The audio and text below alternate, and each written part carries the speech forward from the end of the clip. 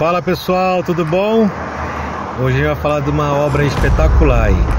Uma curiosidade, vocês sabem qual é uma das poucas obras aqui da Terra que podem ser vistas do espaço? Então, essa é uma delas. Se você falou a Muralha da China, você acertou. Mas essa é apenas uma das curiosidades dessa obra espetacular. Vocês vão ficar impressionados aí. Um abraço do Tartarugo.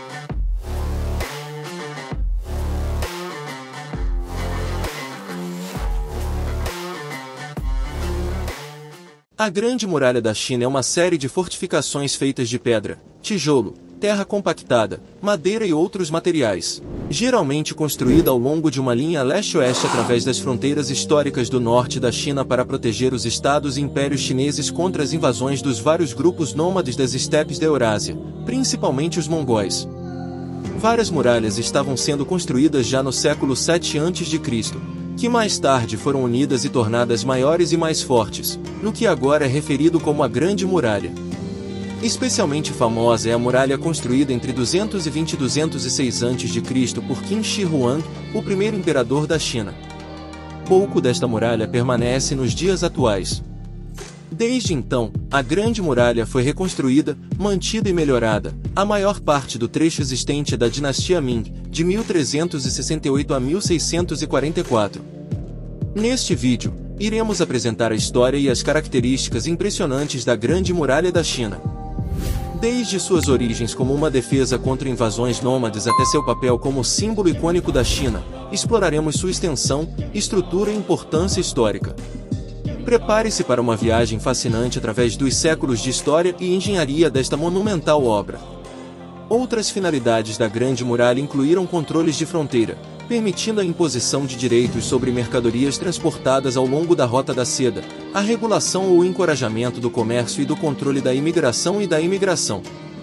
Além disso, as características defensivas da Grande Muralha foram reforçadas pela construção de torres de vigia, quartéis de tropas, estações de guarnição, capacidade de sinalização por meio de fumaça ou fogo e o fato de que o caminho da Grande Muralha também servia como um corredor de transporte. A Grande Muralha estende-se de Dandong, no leste, ao Lago Lop, a oeste, ao longo de um arco que delineia grosseiramente a borda sul da Mongólia interior. Um abrangente levantamento arqueológico, usando tecnologias avançadas, concluiu que as muralhas da dinastia Ming têm um total de 8.850 quilômetros de extensão. Esta é composta por 6.259 quilômetros de seções da muralha em si, 359 quilômetros de trincheiras e 2.232 quilômetros de barreiras defensivas naturais, como montanhas e rios. Outra pesquisa arqueológica descobriu que toda a muralha, com todos os seus ramos, mede 21.196 quilômetros. Essa extensão total considera estruturas históricas que não existem mais. Durante muito tempo pensou-se que a Grande Muralha fora construída para proteger o Império Chinês contra a ameaça de invasão por tribos vizinhas. Na verdade, porém, o Império Qin não corria qualquer perigo em relação às tribos do norte quando a muralha começou a ser construída. Apenas os Xiongnu se haviam fixado significativamente no território chinês, e mesmo estes pouco resistiram quando o exército de Meng Tian os expulsou da região de Ordos. A muralha seria uma defesa contra ataques futuros, mas o custo em vidas humanas parece excessivo para uma estrutura que não era uma necessidade imediata. A ideia da muralha pode ter nascido da obsessão de Shi Huangdi pela segurança e da sua paixão por grandes projetos. Porém, pode ter havido razões mais pragmáticas. A muralha seria um local conveniente para onde enviar os desordeiros e fazê-los trabalhar. A construção da muralha também dava emprego aos milhares de soldados sem trabalho, depois que a formação do Império pôs fim à guerra entre os estados. Além disso, logo que a muralha ficasse terminada, teriam de ser colocados soldados em toda a sua extensão, assegurando-se assim que grande parte do exército seria mantida bem longe do capital.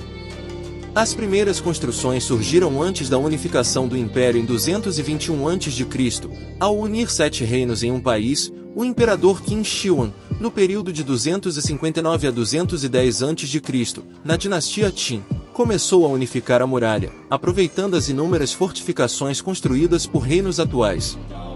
Com aproximadamente 3.000 quilômetros de extensão à época, foi ampliada nas dinastias seguintes.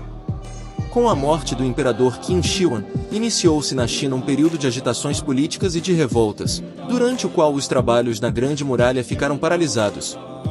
Com a ascensão da dinastia Han ao poder, por volta de 206 a.C., reiniciou-se o crescimento chinês e os trabalhos na muralha foram retomados ao longo dos séculos até o seu esplendor na dinastia Ming, por volta do século XV, quando adquiriu os atuais aspectos e uma extensão de cerca de 7.000 quilômetros. Acredita-se que os trabalhos na muralha ocuparam a mão de obra de cerca de 1 milhão de operários, até 80% teriam perecido durante a sua construção, por causa da má alimentação e do frio, entre soldados, camponeses e prisioneiros. A magnitude da obra, entretanto, não impediu as incursões de mongóis, xianbeis e outros povos, que ameaçaram o Império Chinês ao longo de sua história.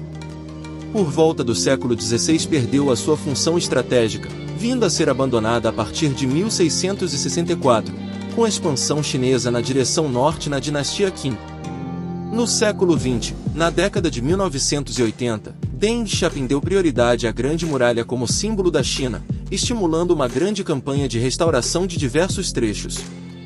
Porém, a requalificação do monumento como atração turística sem normas para sua utilização adequada, aliada à falta de critérios técnicos para a restauração de alguns trechos, como o próximo a Jiayuguan, no oeste do país, onde foi empregado cimento moderno sobre uma estrutura de pedra argamassada, que levou ao desabamento de uma torre de 630 anos, geraram várias críticas por parte dos preservacionistas, que estimam que cerca de 2/3 do total do monumento estejam em ruínas.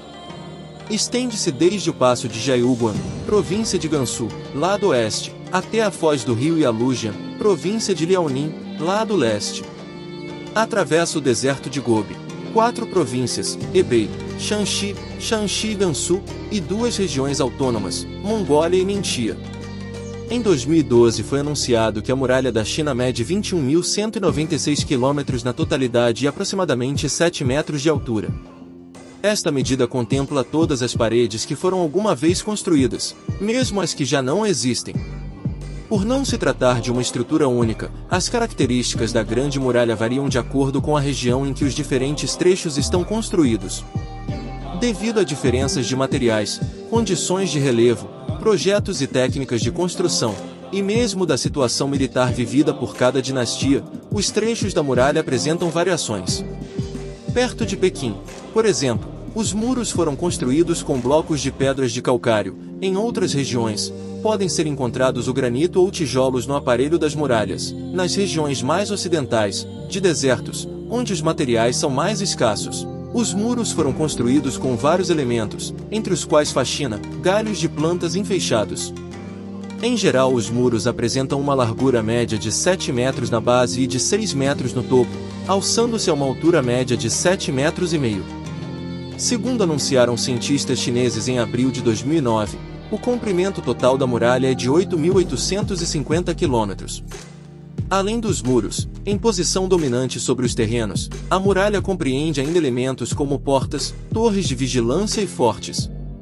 As torres, cujo número é estimado por alguns autores em cerca de 40.000, permitiam observar a aproximação e a movimentação do inimigo. As sentinelas que as guarneciam serviam-se de um sistema de comunicações que empregava bandeiras coloridas, sinais de fumo e fogos. De planta quadrada, atingiam até 10 metros de altura, divididas internamente. No pavimento inferior podiam ser encontrados alojamentos para os soldados, estábulos para os animais e depósitos de armas e suprimentos. Durante a dinastia Ming, um sinal de fumaça junto com um tiro significava a aproximação de 100 inimigos. 2 sinais de fumaça acompanhados de 2 tiros eram o alerta para 500 inimigos, e 3 sinais de fumaça com 3 tiros para mais de 1.000 inimigos. Os fortes guarneciam posições estratégicas, como passos entre as montanhas. Eram dotados de escadas para a infantaria e de rampas para a cavalaria, funcionando como bases de operação. Eram dominados por uma torre de planta quadrada, que se elevava até 12 metros de altura, e defendidos por grandes portões de madeira. E assim chegamos ao fim de mais uma incrível jornada em nosso canal, explorando as fascinantes histórias da construção civil ao longo dos séculos. Se você apreciou este vídeo e deseja continuar descobrindo mais sobre as maravilhas da engenharia e arquitetura, não se esqueça de deixar o seu like e se inscrever em nosso canal para receber atualizações regulares. Compartilhe suas opiniões e dúvidas nos comentários ou entre em contato conosco pelo nosso Instagram @AndersonFranco010. Valorizamos profundamente o seu feedback e estamos aqui para responder suas perguntas com dedicação e carinho. Até a próxima!